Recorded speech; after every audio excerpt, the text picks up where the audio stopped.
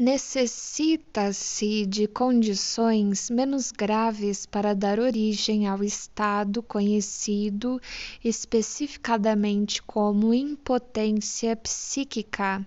Neste caso, o destino da corrente sensual não deve ser o de que sua carga total tenha de se ocultar atrás da corrente afetiva. Ela deve ter permanecido suficientemente forte ou desinibida para assegurar vazão parcial à realidade. A atividade sexual dessas pessoas apresenta sinais muito evidentes, entretanto, de que não possui a força impulsiva psíquica total do instinto por trás dela. É caprichosa, facilmente perturbada, muitas vezes não propriamente executada e não acompanhada de muito prazer. Mas, acima de tudo, é forçada a evitar a corrente afetiva. A restrição assim se colocou na escolha do objeto. A corrente sensual, que permaneceu ativa, procura apenas objetos que não rememorem as imagens incestuosas que lhes são proibidas. Se alguém causa uma impressão que pode levar à sua alta estima psíquica, essa impressão não encontra escoamento em nenhuma excitação sensual, exceto na afeição, que não possui efeito erótico. Toda a esfera do amor nessas pessoas permanece dividida em duas direções personificadas na arte do amar, tanto sagrada como profana ou animal. Quando amam, não desejam, e quando desejam, não podem amar. Procuram objetos que não precisem amar, de modo a manter sua sensualidade afastada dos objetos que amam e, de acordo com as leis da sensibilidade complexiva e do retorno do reprimido, o estranho malogro demonstrado na impotência psíquica faz seu aparecimento sempre que um objeto que foi escolhido com a finalidade de evitar o incesto relembre o objeto proibido através de alguma característica frequentemente imperceptível. A principal medida protetora contra essa perturbação a que os homens recorrem nessa divisão de seu amor consiste na depreciação do objeto sexual, sendo reservada a supervalorização, que normalmente se liga ao objeto sexual para o objeto incestuoso e seus representantes. Logo que se consuma a condição de depreciação, a sensualidade pode se expressar livremente e podem se desenvolver importantes capacidades sexuais e alto grau de prazer. Há um outro fator que contribui para esta consequência. As pessoas nas quais não houve a confluência apropriada das correntes afetivas e sensuais geralmente não demonstram muito refinamento nas suas formas de comportamento amoroso. Elas retiveram suas finalidades sexuais perversas, cuja não realização é sentida como uma grave perda de prazer e cuja realização, por outro lado, só parece possível com um objeto sexual depreciado e desprezado. Podemos agora compreender os motivos ocultos sob as fantasias do menino mencionadas na primeira dessas contribuições, que degradam a mãe ao nível de uma prostituta.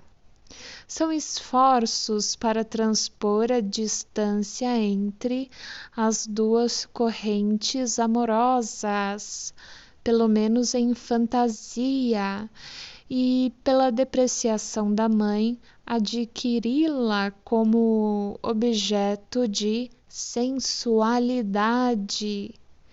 Subtítulo 2. No capítulo anterior abordamos o estudo da impotência psíquica do ângulo médico-psicológico, ao qual o título deste trabalho não faz alusão.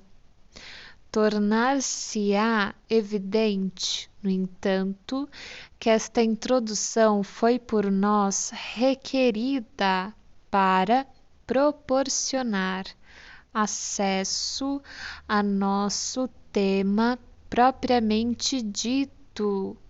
Reduzimos a impotência psíquica à falha em se combinar as correntes afetivas e sensual no amor, e se explicou essa inibição do desenvolvimento, por sua vez, como se devendo a influências de poderosas fixações infantis e da subsequente frustração da realidade através da intervenção da barreira contra o incesto. Há uma objeção principal à teoria que desenvolvemos. Oferece demasiado.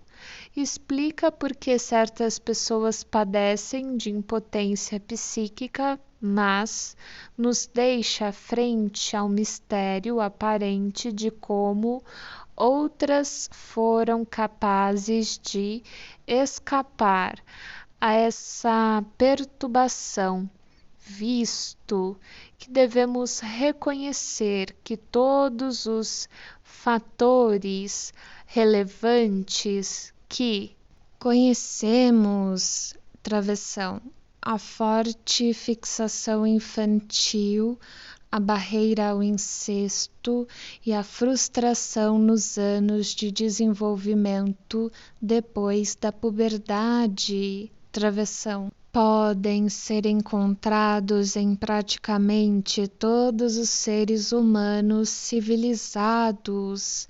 Deve-se justificar a perspectiva da impotência psíquica como uma condição universal da civilização, e não uma perturbação circunscrita a alguns indivíduos. Seria fácil fugir a esta conclusão, apontando para o fator quantitativo na motivação da doença. Para o maior ou menor grau da contribuição feita pelos vários elementos que determinam se resulta ou não uma enfermidade reconhecível. Conquanto, porém, eu aceite esta resposta como correta, não é minha intenção transformá-la no motivo para rejeitar a própria conclusão. Ao contrário, apresentarei o conceito de que a impotência psíquica está muito mais difundida do que se supõe, e que certa extensão desse comportamento caracteriza de fato o amor do homem civilizado. Se ampliar o conceito da impotência psíquica e não se restringir o malogro em realizar o ato do coito em circunstâncias em que esteja presente o desejo de obter prazer e o aparelho genital esteja intacto, podemos, em primeiro lugar, acrescentar todos aqueles homens que são descritos como psicanestésicos, homens que nunca falham no ato, mas que o realizam sem dele derivar qualquer prazer especial. Travessão. Um estado de coisas que é muito mais comum do que se pensa. O exame psicanalítico desses casos revela os mesmos fatores etiológicos encontrados na impotência psíquica, no seu sentido mais estrito, sem antes encontrar qualquer explicação para a diferença entre seus sintomas. Uma analogia facilmente justificável nos leva desses homens anestésicos para o imenso número de mulheres frígidas.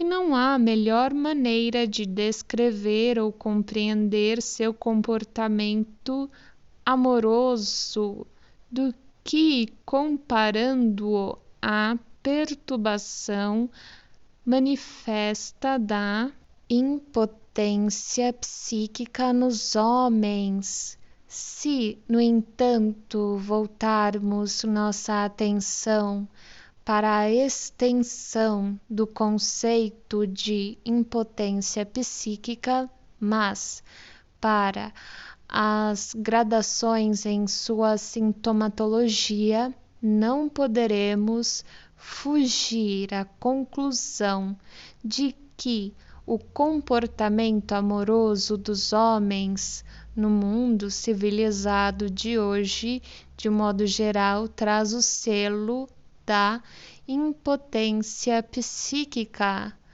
Existe apenas um pequeno número de pessoas educadas em que as duas correntes de afeição e de sensualidade se fundiram adequadamente. O homem quase sempre sente respeito pela mulher que atua como restrição à sua atividade sexual e só desenvolve potência completa quando se acha com um objeto sexual depreciado. E isto, por sua vez, é causado em parte pela entrada de componentes perversos em seus objetivos sexuais, os quais não ousa satisfazer com a mulher que ele respeita. Assegura-se de prazer sexual completo apenas quando se pode dedicar sem reserva a obter satisfação, o que com sua mulher bem educada, por exemplo, não se atreve a realizar.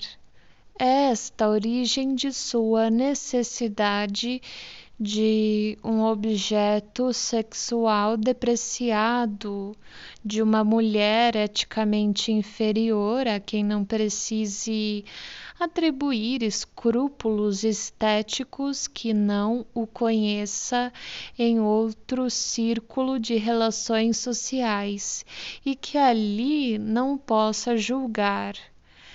É a esta mulher que prefere dedicar sua potência sexual, mesmo quando toda sua afeição pertence a uma mulher de natureza superior. Também é possível que a tendência a escolher uma mulher de classe mais baixa para sua amante permanente ou mesmo para sua esposa, tão frequentemente observada nos homens das classes mais altas da sociedade, nada mais seja que a consequência de sua necessidade de um objeto sexual depreciado, a quem se vincule psicologicamente a possibilidade de completa satisfação sexual.